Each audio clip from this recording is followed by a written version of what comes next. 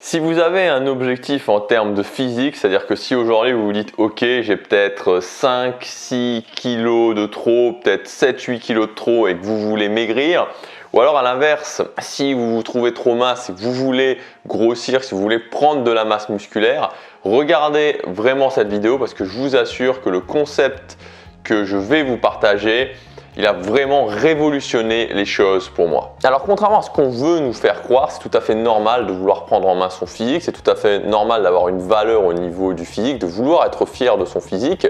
Il n'y a rien de mal à ça et c'est même très positif. C'est même un pilier fondateur de plein de choses comme notamment la confiance en soi. Alors pour la simplicité de cette vidéo, je vais partir sur l'exemple du régime, sur l'exemple de la perte de poids pour pas que ce soit trop compliqué, pour que ce soit plus simple surtout pour moi à expliquer. Mais évidemment ça marche dans les deux sens et si vous voulez prendre du muscle, ça va aussi vous servir. Comme je vous disais, quand on a quelques kilos à perdre, 5, 10, peut-être même 15 kilos à perdre, qu'on voudrait plus prendre soin de son physique, on va se tourner vers des solutions comme le régime. Et ce qui est assez marrant, et justement vous savez en ce moment je suis en train de lire Le Signe Noir, on arrive presque au bout, de Nassim Taleb, et il explique justement dans ce livre qu'il y a une des grandes faiblesses de l'être humain qui est de continuer à utiliser finalement les mauvaises solutions, même quand statistiquement, je vais y arriver, statistiquement, tous les indicateurs nous disent que ça ne va pas fonctionner. Quand on prend le régime, il faut savoir qu'il y a plusieurs études qui montrent que 95% des gens vont après 1 à 2 ans, quand ils ont commencé un régime, c'est-à-dire 1 à 2 ans après avoir commencé un régime, avoir repris plus de poids que ce qu'ils avaient à la base. C'est-à-dire être plus gros finalement, avoir plus de masse corporelle que leur masse corporelle à la base. 95%. Et notre grande faiblesse justement, comme le dit Nassim Taleb, c'est ça, c'est de se dire ok, mais moi ça va être différent. Je vais quand même continuer à utiliser cette mauvaise solution parce que moi je vais être différent, ça va être différent pour moi. Et c'est une tendance de notre esprit et il faut la comprendre et évidemment aller au-delà de ça parce que vous vous doutez bien que quand statistiquement il y a 95% des gens qui échouent, on est plus dans l'exception que dans la probabilité. Si vous voulez perdre du poids, soyez attentif à ce que je vais vous dire, au concept que je vais vous donner, le concept du métabolisme de base parce que vous allez voir que ça va vraiment avoir un impact très fort sur votre façon de voir la perte de poids, sur votre façon de voir comment on entretient son physique. Typiquement, comment fonctionne le corps humain? Tous les jours, il y a ce qu'on appelle la balance énergétique qui est fait dans notre corps. Donc vous avez les apports, vous avez les dépenses. Si les apports sont supérieurs aux dépenses, vous grossissez. Si les dépenses sont supérieures aux apports, vous maigrissez. J'ai 2000 kcal d'apport, j'ai 1800 calories de dépenses, je grossis de 200 kcal. J'ai 2000 kcal d'apport, j'ai 2500 kcal de dépenses, je maigris de 500 kcal. Donc vous voyez que c'est mathématique, le corps fonctionne d'une façon qui est mathématique. Maintenant qu'on sait ça, maintenant qu'on a compris que finalement il y avait une opération mathématique qui se faisait tous les soirs, il faut savoir quels sont finalement les composants de ces deux opérateurs, à savoir apport-dépense. Les apports, c'est extrêmement simple. En tant qu'être humain, il y a un seul moyen d'apport d'énergie, c'est l'alimentation. Donc les apports, c'est votre alimentation. Les dépenses maintenant c'est un tout petit peu plus compliqué. Dans les dépenses, il va y avoir les dépenses classiques, donc vous vous levez le matin, vous prenez le bus, vous allez au bureau, vous rentrez, vous allez vous doucher, etc. Vous faites à manger, ça c'est les dépenses classiques. Ensuite, vous allez avoir les dépenses supplémentaires, à savoir si vous faites du sport par exemple, ça va être des dépenses supplémentaires. Et vous allez avoir une troisième chose, qui est peut-être la chose la plus importante à comprendre, qui s'appelle le métabolisme de base. Le métabolisme de base, c'est quoi? C'est tout simplement les dépenses qui sont nécessaires à notre survie. Donc il y en a beaucoup, mais ça va être par exemple la digestion. La digestion, ça prend beaucoup d'énergie, ça fait consommer beaucoup d'énergie à notre corps. Ça va être aussi le maintien de la température corporelle, parce que notre corps, enfin les êtres humains, tous les êtres humains ont une température moyenne de 37 degrés, et donc vous vous doutez bien que pour maintenir un corps à 37 degrés quand l'extérieur est rarement à 37 degrés, ça prend de l'énergie. Là où ça devient très intéressant, ce métabolisme de base, c'est que parmi toutes les dépenses, donc on a dit métabolisme de base, dépenses classiques, dépenses supplémentaires, le métabolisme de base va représenter la plus grande partie. Je vais prendre des chiffres ronds pour simplifier. Si vous avez 2000 kcal de dépenses, le métabolisme de base va en général représenter quelque chose comme 1500 kcal. Et c'est 1500 kilocalories qui sont là tous les jours, quoi que vous fassiez. C'est-à-dire si vous restez allongé sur un lit pendant la journée, ce jour-là, vous allez dépenser le même nombre de calories. Alors maintenant qu'on a compris ça, on va pouvoir comprendre pourquoi il y a 95% des régimes qui échouent, qui font même pire qu'échouer, qui sont pires, qui amènent les gens pire que là où ils étaient avant. Quand on fait un régime, qu'est-ce qu'on fait typiquement?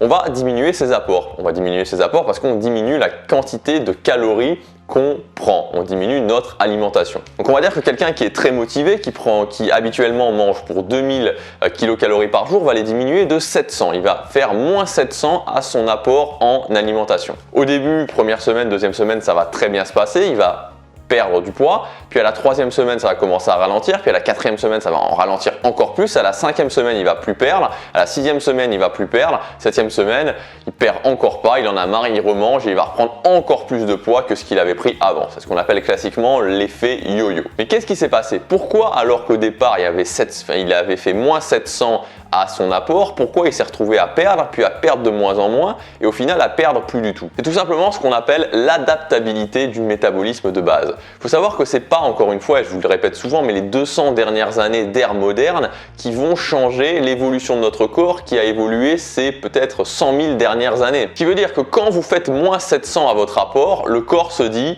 alerte, famine, je risque de mourir. Donc à ce moment-là, il stoppe toutes les machines et ce qui va se passer, c'est que votre métabolisme de base va descendre, va s'adapter à la baisse. Donc il va s'adapter à la baisse, qui va expliquer que au départ, il va s'adapter à moins 200, moins 400, moins 500 pour arriver finalement au moins 700. Et que ça explique votre courbe de poids. C'est-à-dire au début vous perdez, puis vous perdez de moins en moins et vous perdez plus du tout. Parce que les moins 700 que vous avez mis à votre apport d'énergie, à votre alimentation, le métabolisme de base va faire la même chose, votre corps va faire la même chose et il va descendre ses dépenses de moins 700.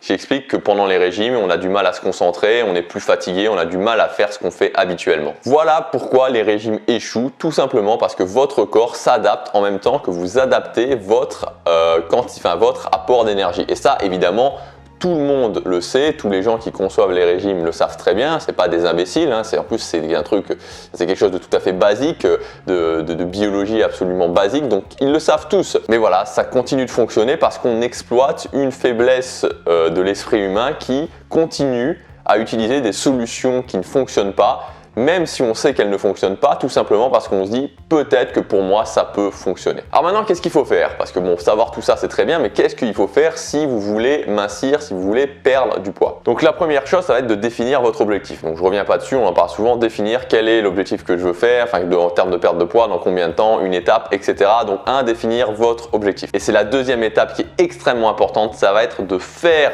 une activité sportive, mais pas n'importe quelle activité sportive, une activité sportive qui va solliciter de façon moyenne à importante votre masse musculaire. Pourquoi il faut faire ça et pourquoi c'est vital de faire ça? Parce que à partir du moment où vous sollicitez la masse musculaire, le fait de devoir entretenir cette masse musculaire va empêcher de façon très importante le métabolisme de base de s'adapter à la baisse.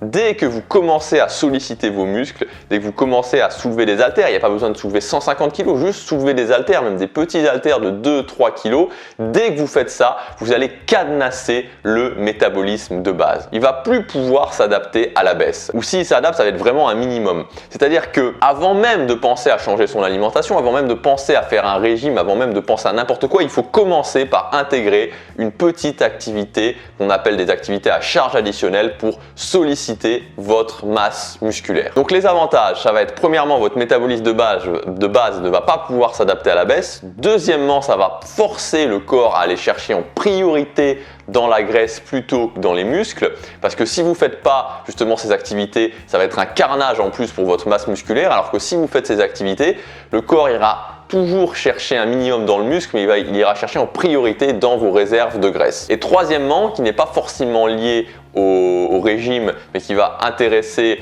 les gens qui font des régimes et surtout les gens qui veulent prendre du muscle, c'est que plus votre masse musculaire est importante, plus votre métabolisme de base augmente, parce que l'entretien de la masse musculaire est une dépense d'énergie très importante pour le corps. Donc je vais vous prendre un exemple. Moi aujourd'hui, Gabriel, je fais 80 kg. Je vais donner un chiffre bidon, mais on va dire que j'ai un métabolisme de base de 1500 kcal par jour. Si je prends 3 kg de muscle, mon métabolisme de base, sans que je fasse rien de plus, va passer peut-être à 1800 kcal par jour. C'est pour ça qu'on entre dans un cercle vertueux qui fait que c'est de plus en plus facile d'avoir moins de graisse parce que tous les apports que vous allez faire vont aller vers votre masse musculaire. Donc c'est vraiment un moyen extrêmement efficace de se simplifier la vie. Donc deuxième étape, comme je vous ai dit, mettre en place dans votre journée, dans votre semaine, une activité qui sollicite votre masse musculaire. La troisième étape ensuite, ça va être de faire un plan alimentaire à la baisse, mais légèrement à la baisse. Il faut y aller légèrement. Petit à petit, vous allez voir que rien que le fait de solliciter la masse musculaire et de baisser un peu votre apport calorique, ça va vous permettre de perdre du poids. La quatrième étape, ça va être de contrôler. Évidemment, on contrôle, on ne fait pas ça n'importe comment, on ne fait pas ça dans le vide. Il faut contrôler son poids, il faut contrôler que les voyants sont au vert et qu'on perd bien, contrôler au niveau des chiffres, contrôler visuellement aussi. La dernière étape, ça va être de rajouter éventuellement des activités cardiovasculaires de type cardio-training, c'est-à-dire des activités qui sollicitent le système cardiovasculaire. Donc ça peut être faire du tapis de course, faire du footing, faire du rameur, tout ça. Donc ces activités-là, il faut bien comprendre qu'elles ne sollicitent pas suffisamment votre masse musculaire pour empêcher le métabolisme de base de baisser. Le problème, c'est que beaucoup de gens qui font un régime, qu'est-ce qu'ils vont faire? Ils vont se dire, ok, je vais manger moins, donc ils baissent leur apport et je vais faire par exemple du vélo. Donc ils augmentent leurs dépenses. Mais le problème, c'est que c'est une roue qui tourne fou parce que au plus vous allez augmenter vos dépenses et vous allez baisser vos apports, au plus le métabolisme de base va s'adapter à la baisse. Et rajouter du cardio training si vous ne commencez pas par faire une activité qui sollicite suffisamment votre masse musculaire, ça sert à rien parce que ça va pas empêcher le métabolisme de base de ne pas baisser, et donc le plus vous allez rajouter de dépenses, le plus le métabolisme de base va baisser. Donc au final, c'est faire quelque chose qui est complètement, mais alors complètement inutile, inefficace et qui vous fatigue, qui vous fait perdre de l'énergie absolument pour rien. Voilà pour cette vidéo. Je pense qu'elle était un peu longue, mais c'était vraiment important. Je voulais vraiment vous partager ça parce que moi, ça a tout changé pour moi. Je l'ai appliqué et j'ai eu des résultats j'ai enfin pu atteindre ce que je voulais au niveau de mon physique, et ça peut faire la même chose pour vous. Si vous voulez aller plus loin, si vous voulez aller plus rapidement, si vous voulez pas prendre le risque de vous tromper, vous pouvez accéder toujours à la formation Healthy Lifestyle. Donc dans cette formation, dans le jour 1, dans le jour 2, on voit ça en détail. Je vous ai fait un plan d'action étape par étape. Vous verrez, ça va faire une différence. Vous allez pouvoir éviter des erreurs qui font perdre du temps. Cette formation, il y a des conditions spéciales. A priori, elle devrait toujours être disponible au prix de lancement quand vous regardez cette vidéo, mais je suis pas certain parce que ça dépend quand est-ce que vous regardez cette vidéo. Donc le mieux, c'est de cliquer sur le lien en dessous de la vidéo ou sur la fiche qui apparaît ici et vous verrez si les conditions de lancement sont toujours disponibles. À demain pour la prochaine vidéo. Passez à l'action, chaque jour compte.